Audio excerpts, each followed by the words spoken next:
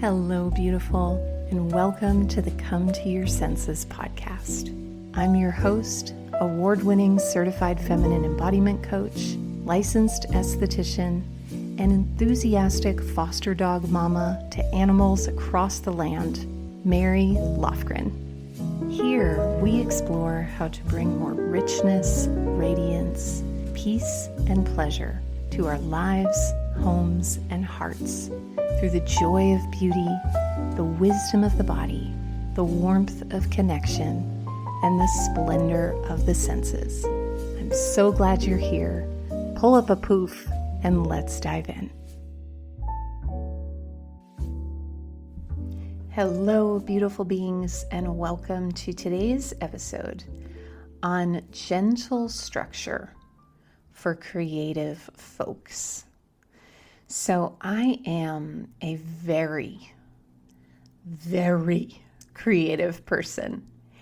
And I've talked about on the podcast how sometimes my creativity can be such a force that it feels like a fire hose that's just kind of whipping me around in the air. And without a bit of structure, it's like the difference between a wildfire and a pre-planned crop burning. You know, burning of the crops or burning of the forests can be a methodical way to work with nature to regenerate the soil and to bring more sunlight to areas where it's needed. And without any planning or structure, that could be disastrous to the forest and to the crops. But with some containment and structure, it has that effect of actually leading to more growth and greater impact. And so today, I want to share with you some very gentle, like pickup stick level.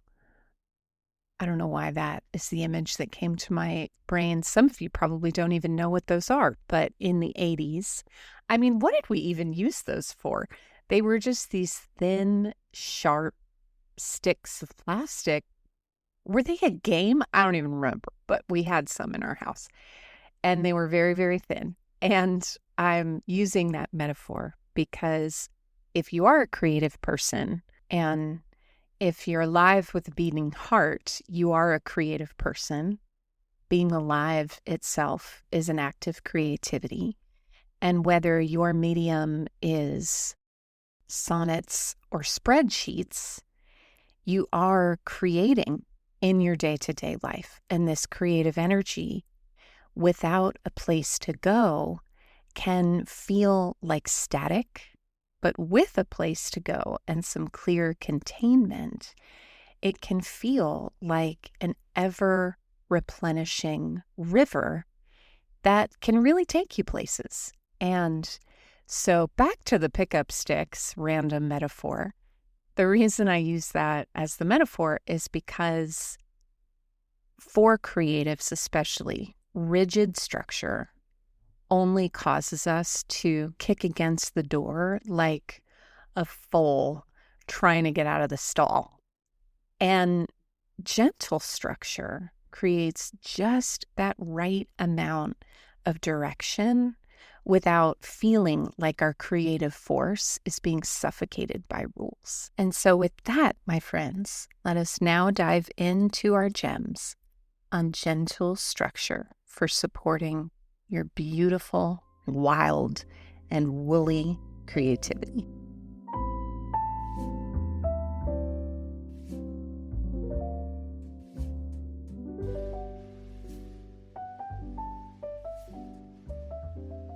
And so where we'll begin is with that word create.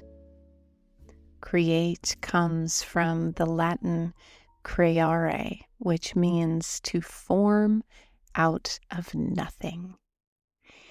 And when I think about creating, you know, I think about a baby, whether that's a human baby or a little squirrel baby or a baby chick that hatches from an egg or a baby turtle making its way into the waves.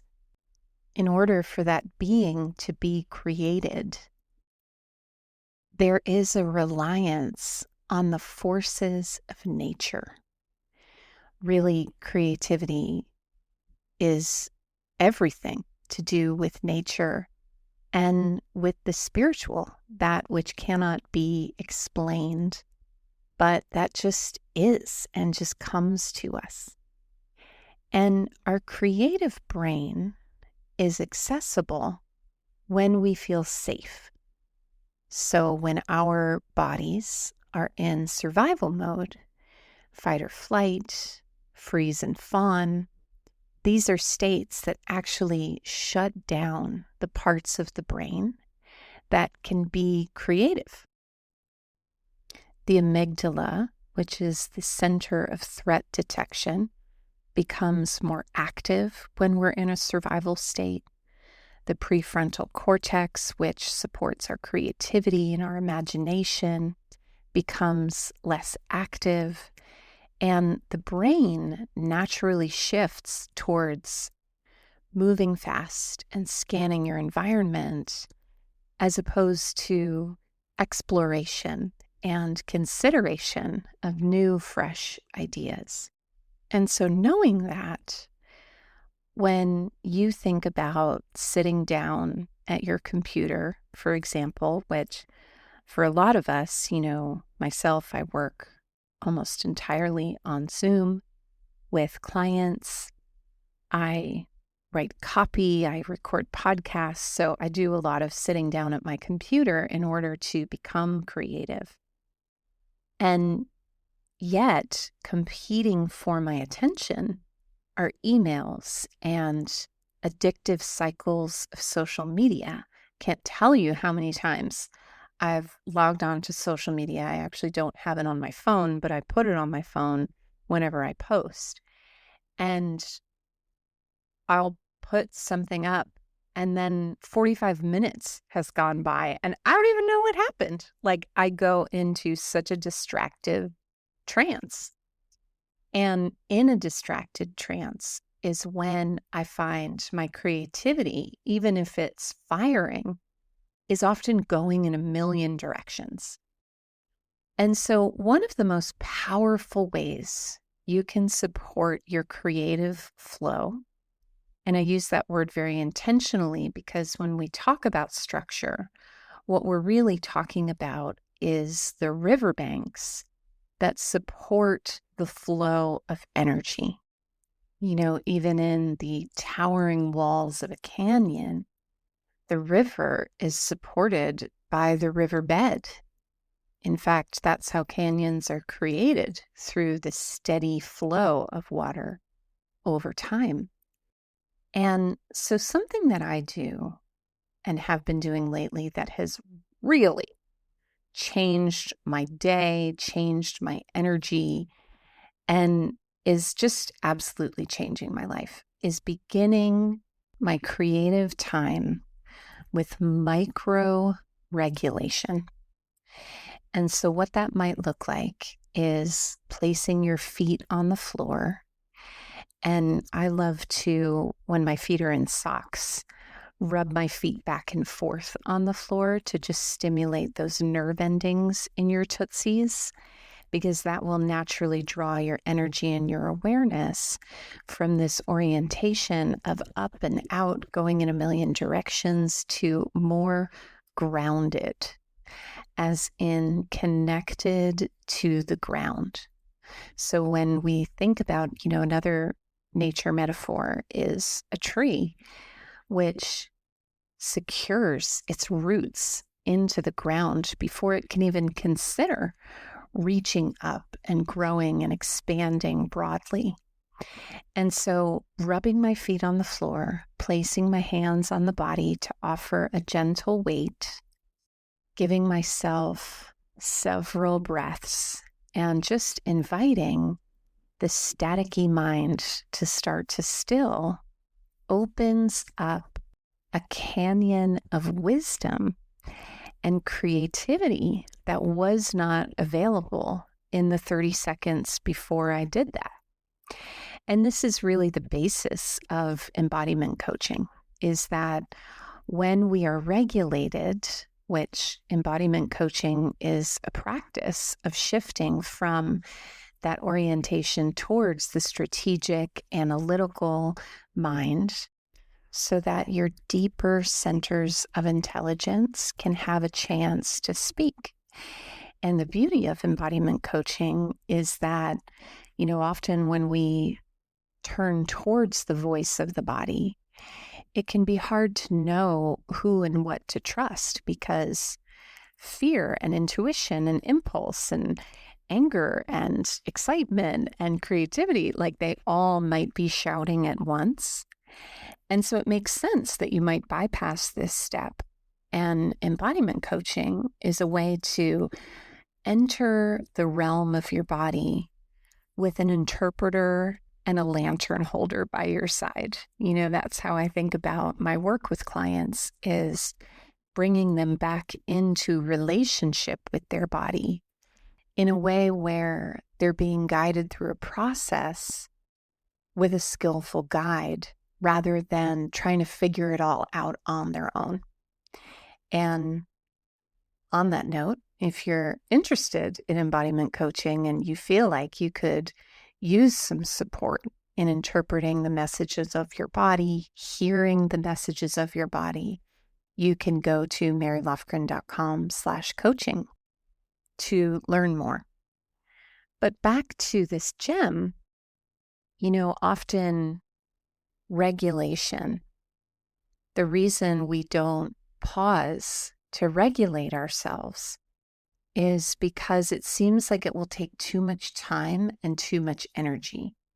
And that makes a lot of sense if adrenaline is how we are accustomed to being productive and creative. And I invite you to sample this truffle by 30 seconds.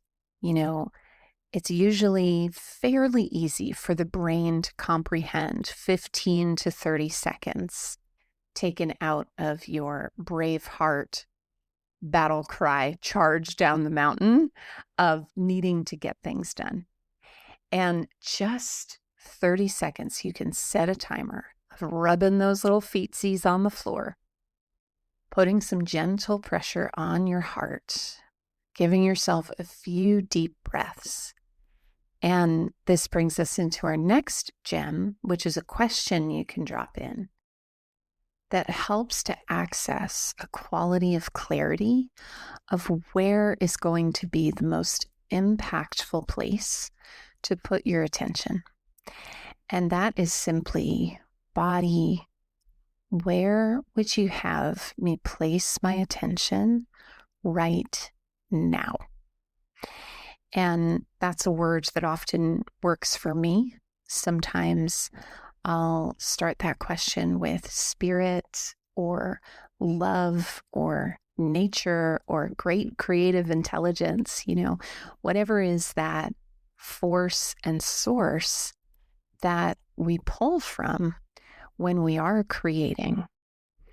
Asking for moment-to-moment guidance helps take the pressure off of you on which of those singing Alice in Wonderland flowers is calling for your attention. When I have my kind of creative agenda for the week, I do a lot of creating. I create for the Sanctuary, which is our online membership here at Come to Your Senses. I create for the podcast. I create for coaching clients. Among other things, I create for long-term projects. And my strategizing mind is what's tracking deadlines and production quality and all these other elements that can really confuse that stream of creativity that just wants to create through me. And so this gentle structure of a practice of being in relationship with that voice within yourself can really help you clear some of the static and feel focused and collected and contained in your ventures. And the final gem is yet another shift in orientation that leads to a shift in behavior. And that is the orientation of nurturing your creations rather than producing them. So this season in the sanctuary, we are exploring the art of tending. And tending is very different than working on or getting out the door, these approaches that are often rooted in a dominant style. Tending is a way of being in relationship with that which you are creating.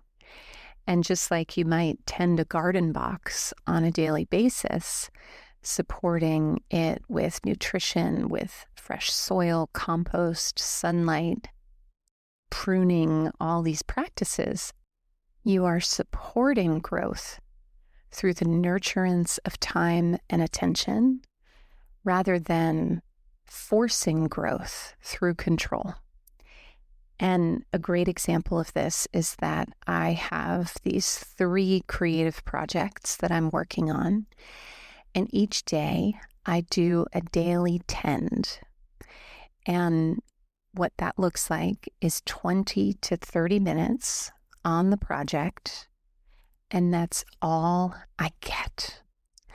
Now, my creative thruster really wants to work on it for like 2 or 3 hours and refine and tinker with. And what I find is that after the 30 to 40 minute mark, I am just spinning my wheels and I am messing with what is not broken.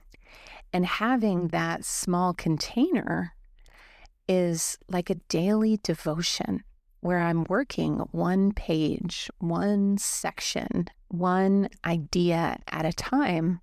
And this has been so fundamental in being able to follow through on projects, because often when I'm in avoidance of a project, it's because my brain can't chew and swallow the idea of the magnitude of the project. But having these small incremental visitations with the project and with my creativity, it is such a sweet and sustainable way to give the meatiest part of my creative energy. Because, those first 20 to 30 minutes, those are the thoroughbred of creative muscle. And then to have a boundary where that muscle gets to rest and then I come back to it the next day. I mean, we are in secretariat territory with these projects, and I feel so proud of the way that they're nurtured over time rather than a big creative splat, which I also love, but I find just has less staying power. And I'm more often going back to correct it or revise it or tweak with it, because after that first 30 minutes, it's like my coherence and cognition have lowered, and I'm creating based on the adrenaline of how good it feels to create rather than creating from presence. And so these are gems from my basket that I'm sharing today. And I hope that they enrich and help to create just a little more flow and fluidity and joy in your creative practices. And like all things we do here at Come to Your Senses, help to awaken you from the trance of limitations and overwhelm and invented pressures and scarcity, and bring you back into a state of awareness and aliveness and awakeness through the wisdom of your body and the wonder of your senses. Thank you so much for listening today. I would be delighted to hear how this episode landed with you. in a review on iTunes or a comment or a 5-star rating on Spotify or anywhere you get your podcasts. And may your creativity be plush and flush, and may your structure be supple. I'll see you in our next episode. For more gems on how to celebrate life through the richness of your senses, head to marylofgren.com. There you'll find an abundant library of free gems and resources. You can check out my award-winning coaching programs or flirt with stepping through the garden gates of the sanctuary community. Come and learn how to make beauty, presence, and everyday luxury a lifestyle at marylofgren.com.